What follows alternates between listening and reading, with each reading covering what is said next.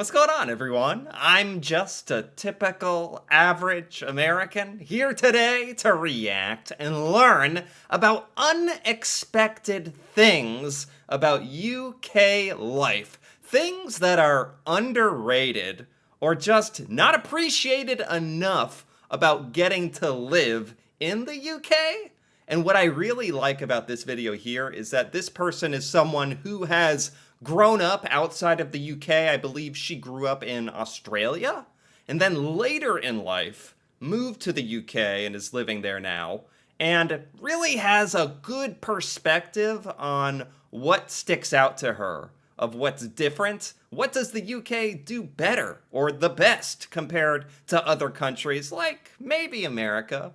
Does the UK do some stuff better than America? Is that possible? Well, I have no doubt, and I'm honestly very curious to see what sort of things she chooses to bring up here about unexpected, really awesome things about getting to live in the UK. So with that being said, let's take a look. First comment. Stuff just works here. I don't need to think about my tax. My employer deals with it. The VAT is included in prices. I can give my suppliers the ability to unilaterally take money out of my account through a direct debit and be confident they aren't going to steal all my money. Things? That's an interesting one. Stuff just works here?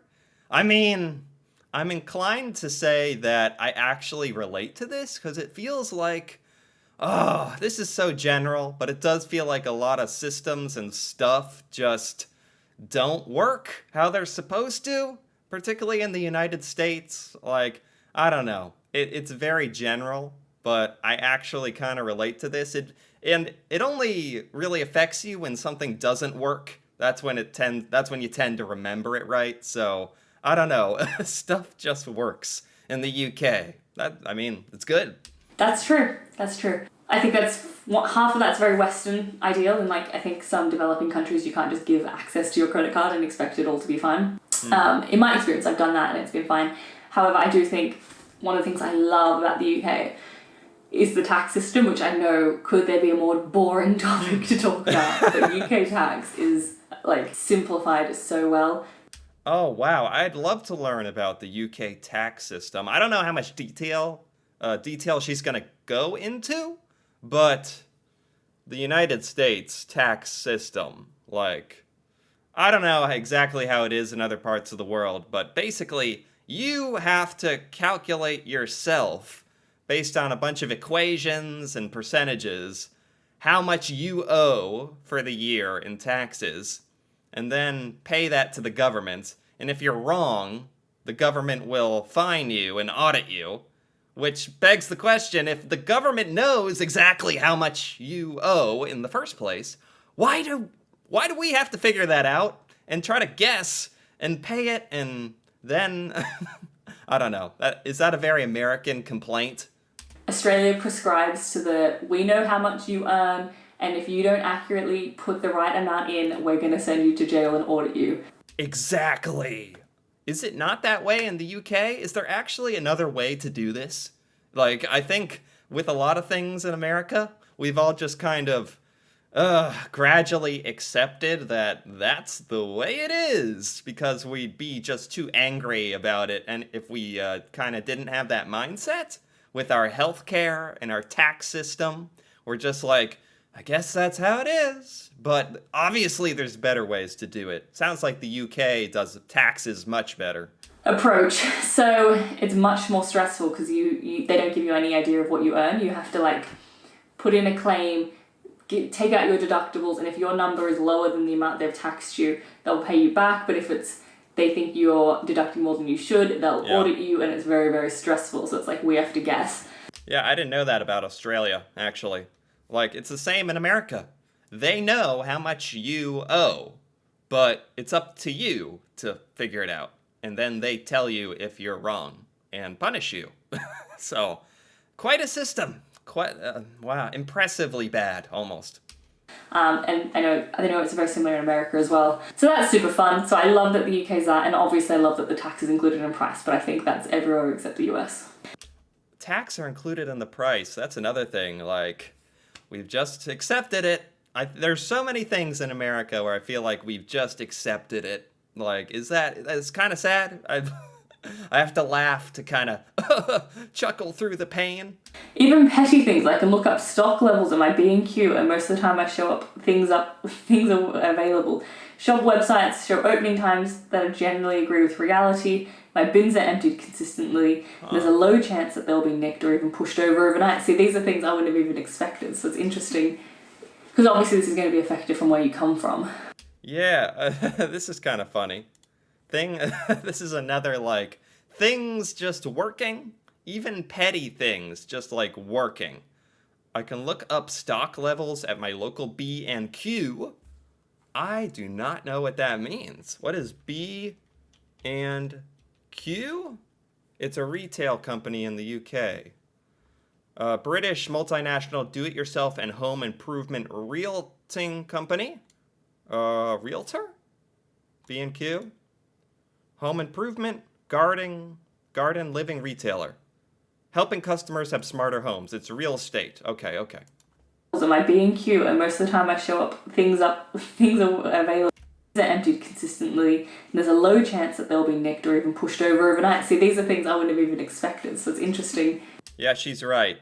This completely depends on where you live, especially talking about if your trash cans, or bins, excuse me, are gonna be stolen or nicked, as he so kind of eloquently puts. A very British way to say it. Because obviously this is going to be effective from where you come from. I come from like a fairly safe neighborhood in Australia, so I would have expected that as well. One thing I think is great about things working is like delivery times. I ordered something in the UK here, and I ordered something for Australia from Australia, like in the country, because obviously shipping's too hard. And it still came here first, faster, well, way faster than the shipping. Is like basically me ordering from B&Q in Australia, but like the equivalent to a house in Australia. Yeah, I mean, I think shipping is just overall better and more accurate in the UK. I think mostly because the UK is smaller and you can just get places quicker. Packages can get places. In the United States, I mean, they do a decent job. They have warehouses around the country that can, and fulfillment centers around the country to have your packages like closer to you when you order them from like Amazon. But still, I feel like the United States is so gigantic. It's so common for your package to start multiple states away when you order it and take a lot of time and have a lot of updates to get to you. I don't know, that's kind of a specific complaint, but hey, I'm here to complain about why are things so much better in the UK. And it still took 2.5 weeks. And I'm like, why is delivery so long in that country? Yeah. It does my head in. This is the same thing as I feel safe in the UK. I know it's not perfect, but I can handle myself and I don't upset the government. I feel like I can take part in society despite my bad social etiquette. Agree. Feeling safe just depends so much on where you live in the United States. If you live in a big city, especially at nighttime, you might actually not feel that safe, especially in certain neighborhoods. But if you live in a small town, then in a small city, small town, like most places, you're probably going to feel pretty safe. But overall, I think Americans aren't very trusting of each other. Like, safe, I don't think you need to be worried about getting mugged or attacked in most places, but like your stuff will definitely get stolen like anywhere you go if you leave your stuff out. Like, Americans really don't trust each other very much, and so we're all like never leaving, our cars running or our houses unlocked or our purses out or our keys on the table at dinner. So that's a little different than the UK, depending on where you live, I think. UK, like I do think overall, I think that's actually the best way to describe the UK is just safe. Everything is safe mostly. Obviously not, there's no such thing as like perfect, risk-free life, but like it's generally a pretty safe country compared to most. I'm from Australia. Everything is trying to kill you. Right. You don't really need to be worried about getting eaten by an alligator in the the United States, unless you're in Florida. It's a fair play in your humor. I'm an immigrant who spent 20 years here. Your sense of humor is your sense of humor and the sheer speed at which Brits can latch onto a joke is something. Even if you don't know each other, it still baffles and delights me. You guys see the same cue and same time, and you get the balance between absurdity and understatement just right. That's actually so true. That is amazing. That is such a cultural thing, a British cultural thing, like the shared sense of humor and cueing, like forming lines. Like apparently that's just second nature to all Brits, which is honestly really impressive. And yeah, I don't think any of this is second nature to Americans. Americans' senses of humor are all across the board, especially different generations, and we have no idea how to form cues, so... Because I've seen some absurdist humor and just like, it's too much. But the UK just gets it, like, that balance so perfectly. It's perfect. Huh. NHS is amazing, we know. No need to make obvious. It's so funny how Britain, as a culture, is known for a sense of humor.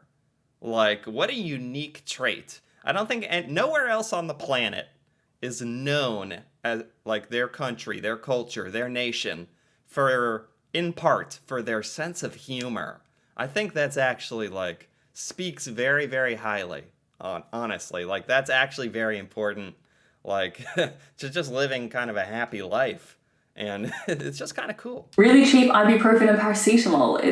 I paid €4 in Spain for a box of generic paracetamol, and it would have cost 40p in the UK. I think it's like $8 in Australia. Yeah, I agree. It's pretty green. So green. You know I love the greenery.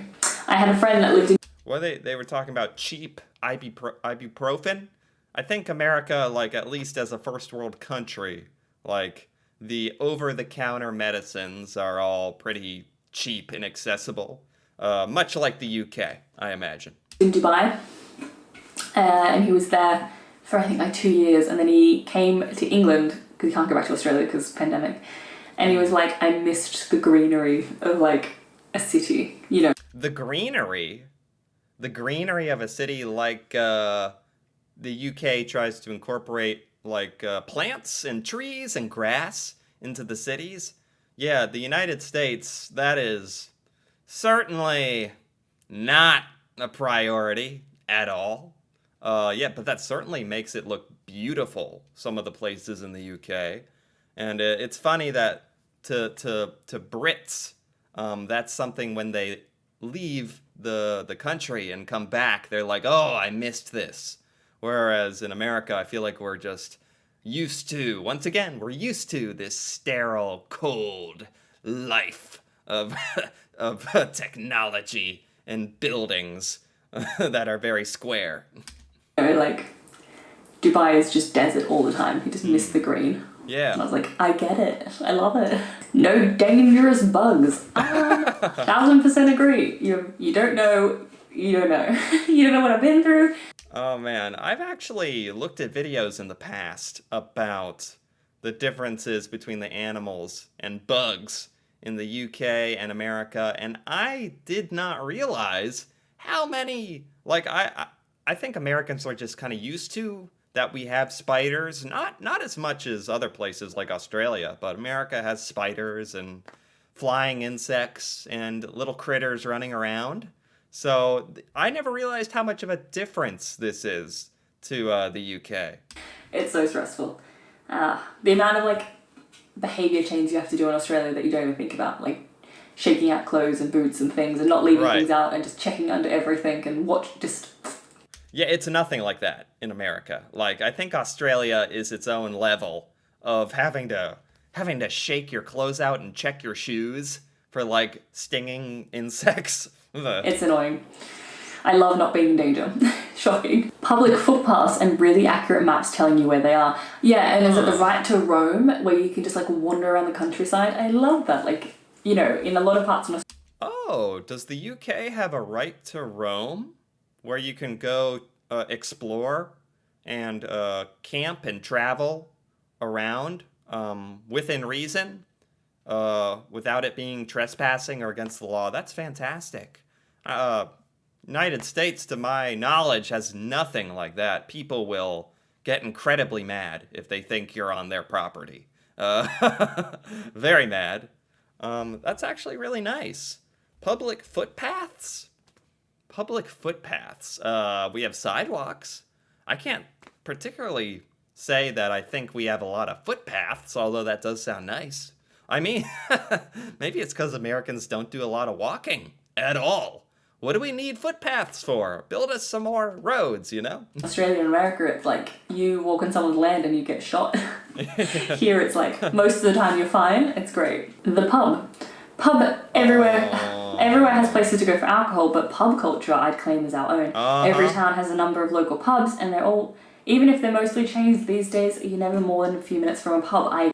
I have spent so much time and effort on this channel trying to understand pubs, pub culture. What is the pub? I've broken it into a science. I get it. It's nothing like a bar in America. Pubs are an institution in the UK. A family gathering, a friend gathering. You can go there during the day, at night, to get drunk, to hang out, whatever. It's so much more than a bar. I agree. I don't particularly like chain pubs, but like most, like I've said this before, I think in a different video, but like British pubs are like something that the rest of the world tries to emulate and they just can't. There's something about pub culture in England, well actually no, in the UK, because I've done Irish pubs, oh my god, amazing. Yeah.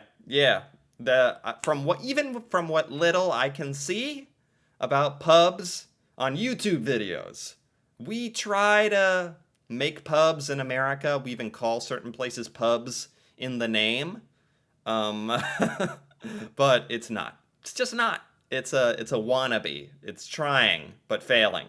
And Scottish, obviously. Scots love to drink. So just UK pubs in general are amazing. Also, I'm saying Irish is in Northern Irish. I know the difference. I don't want to have to do a disclaimer every time, but you know, we both know I know, right? Yes. I've been there. They don't mind the weather, as I've been saying for years and years and years. Ever since I moved here was the weather's not bad. What's everyone complaining about? Not too hot most of the time and not too cold most of the time. We went I guess I'd describe a lot of America that way. Not too hot, not too cold. But then those short times of the year where it is way too hot and way too cold. So I think already I'm complaining just by describing it. So I think Americans definitely do mind the weather. We're actually kind of obsessed with checking it. Checking it every day. What's it going to be like in 5 days from now? What are we going to have to wear? How many layers? And depending on where you live in America, man, if you live south enough, it's just burning hot all the time, or it can be quite cold if you're north enough. There's quite a lot of variance of weather in America because it's so gigantic. So we definitely mind it. We mind it. It's honestly almost a pastime. to the gym the other day. We went out to the car and Daniel had to scrape ice off the car. He was like, this is why I want to go to Australia, like for a holiday in January, Feb. And I was like, in Chicago, they have to shovel their driveway. Like, this is not that much of an inconvenience. It doesn't bother me. I'll do it. Here's a good summary of one. Lack of fear compared to the rest of the world. We don't have to worry about dangerous wildlife. We don't have to worry about tsunamis, volcanoes, hurricanes, droughts, plague, and famine. Really? I guess this just has to do with where the UK is located, geographically? Because we definitely in America have had our share of tsunamis, not volcanoes. Hurricanes, I should say, hurricanes. Not really drought, plague, famine. So, hurricanes mostly. Floods and wildfires are small concerns in some areas. We don't have to worry about infection or disease, except for the pandemic. We don't have to worry about kidnapping, rampant gang or political or religious-based violence, and we don't have to worry about the balance between health and crippling medical debt. Oh, this is a direct direct call out to America, I think. I don't know what the healthcare system in Australia actually is like, but yes, I could go on a huge rant, which I will resist the urge to, but the balance between health and medical debt is a huge issue. That alone is probably enough reason for a lot of people to be like, hey, I'd rather live in the UK. Just that one topic. I agree. These are all things that I think no one really focuses on how nice and safe it is. Yeah, is it like, does it feel very, very safe in the UK? I'm trying to gauge, like, get a feeling for this. Because in America, again, I'll say, I think for the most part, it feels very safe, especially in smaller areas. It's just these big cities that that are kind of known for violence, and I think to the rest of the world, maybe it's scary thinking about how randomly around the United States there will be random acts of like gun violence and stuff like that, which certainly is true. And if that happened near where I live, that would probably be more in my mind. I'd probably be saying something different. But in my experience, I've always felt pretty darn safe, I think. Pretty, and it's so beautiful. I know you can go to some brutalist style buildings, but most of it is historic and stunning. Whether it's Tudor, Victorian, Edwardian, you got so many types of styles. Yeah. But I think that's it for this one. I thought it's a bit of a fun little positive video to put out for Dreary January. Tell me your thoughts in the comments below. Yeah, that was good. That was good. It was a lot of great stuff about the UK. Unexpected things. It's funny because it's there to Americans. This is unexpected things about the UK because I think we've just accepted it as a fact of American life. And we're like, wait, it can be another way? This is possible? So yeah, unexpected does kind of describe this. This was by Yvette's Vibes, and I liked it. I gotta give it a like. A lot of good stuff here. Taxes. Taxes are better. Boring, but true, and actually, like, a big deal to Americans. Humor. Man, the humor. The dangerous bugs. Pubs, yes. Weather. A lot of good things here. A lot of very true, underrated things about British culture. Man, that just seems like it makes it such a great place to live. So I enjoyed this quite a bit. Anyway, if you enjoyed this as well, feel free to give this video a like or leave a comment. And if you're interested in more videos like this, me reacting to the UK, UK culture, stuff in the UK I've never seen or learned about before, feel free to subscribe for more. And until then, thanks for watching, and see you next time.